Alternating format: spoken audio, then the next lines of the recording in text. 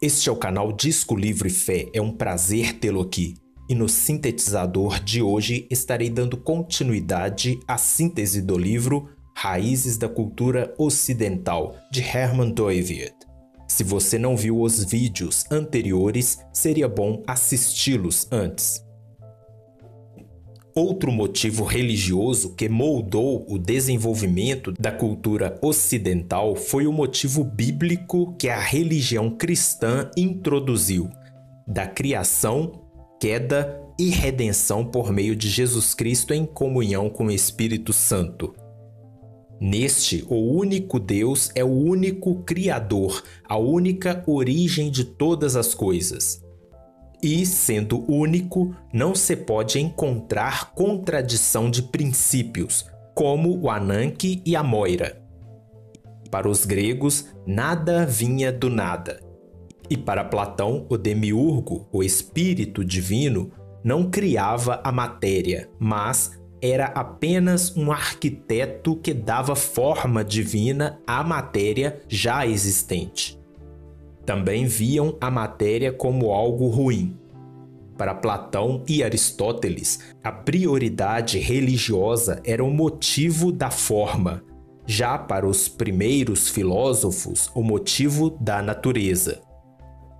O deus grego era uma absolutização do relativo. Desta forma, estava em antítese absoluto com o Deus criador bíblico. Assim sendo, era impossível fazer uma síntese entre os dois motivos, o da religião cristã e o da religião grega.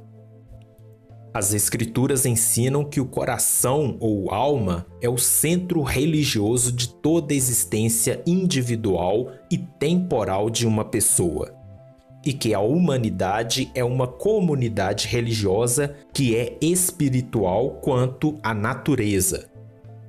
Diferente do reino das plantas e dos animais, que não possuem uma raiz espiritual ou religiosa, mas que têm sua existência temporal completada pela humanidade. A natureza depende da humanidade. Isso porque toda abstração que se faz da natureza para captar sua essência e todo o conceito de fenômeno natural é fruto de uma atividade lógica e teórica humana sobre uma realidade que foi dada. Também uma síntese entre o motivo básico bíblico e grego, mais especificamente o motivo básico da psicologia grega a respeito da concepção de alma e corpo, não é possível. Isso porque a alma, ou o espírito, ou coração, é o ponto religioso focal da existência humana, no qual todos os raios temporais se encontram antes que o prisma do tempo fragmente a luz da qual eles se originam. Enquanto estivermos atentos à existência temporal, só encontraremos uma diversidade temporal das nossas funções, e não quem verdadeiramente somos. Só conhecemos a nós mesmos, de fato, por meio de uma concentração religiosa, num relacionamento com o único e verdadeiro Deus, o único Criador de todas as coisas. Por causa do pecado, o homem, que foi feito à imagem e semelhança de Deus, perdeu seu autoconhecimento. E somente pelo verdadeiro conhecimento de Deus se pode recuperar o verdadeiro autoconhecimento. Um motivo básico apóstata força a humanidade a se ver na imagem do seu ídolo.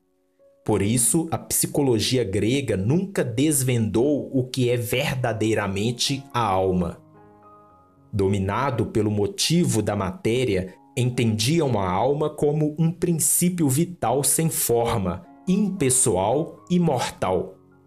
E posteriormente, com o pensamento órfico, passou a ser entendida como uma substância racional, invisível, imortal e separada do corpo, e lhe era atribuída apenas as funções do sentimento, do raciocínio e da fé, e que o corpo material era a prisão da alma racional. Para Platão e Aristóteles, o divino residia no pensamento teórico. O Deus de Aristóteles era forma pura, e a sua contraparte absoluta era a matéria, caracterizado pelo movimento sem forma e eterno do vir a ser. Por isso, para ambos, Deus não era o criador de todas as coisas. O motivo grego básico, em sua direção dualista, leva a uma dicotomia na existência temporal do homem, entre um corpo material perecível e uma alma racional imortal. As Escrituras não ensinam que uma pessoa pode salvar de seu túmulo alguma parte divina do seu ser temporal, nem que uma forma substancial invisível ou um complexo abstrato de funções compostas de sentimento e pensamento possa sobreviver à morte corporal. Apesar de ser verdade que a morte temporal ou corporal não pode tocar a alma do homem, a alma não é uma abstração da existência temporal. Ela é a unidade radical, plena e espiritual de uma pessoa. Nessa unidade, o ser humano transcende a vida temporal. O motivo básico apóstata não consegue reconhecer o pecado. No lugar disso, enxerga apenas um conflito entre forma e matéria, entre os desejos carnais oriundos do fluxo da vida e a razão, a qual deveria dominar esses desejos. Já no humanismo moderno, se compreendeu como um conflito entre a natureza sensual e a liberdade racional para com a moral. E de acordo com a doutrina católica romana, o pecado não corrompe a natureza do homem, apenas causa a perda do dom supratemporal da graça. Biblicamente, a queda no pecado significou a separação de Deus no coração, na alma do homem. E Deus é que, por meio da graça comum dada aos homens, sustenta o mundo caído, sem distinção de regenerados e apóstatas. Até mesmo nas culturas apóstatas, se pode ver pequenos lampejos da bondade de Deus. Peço que curta, comente e compartilhe não somente este, como os demais vídeos do canal, caso goste do conteúdo. Convido-lhe também a se inscrever no canal e ativar o sino de notificações.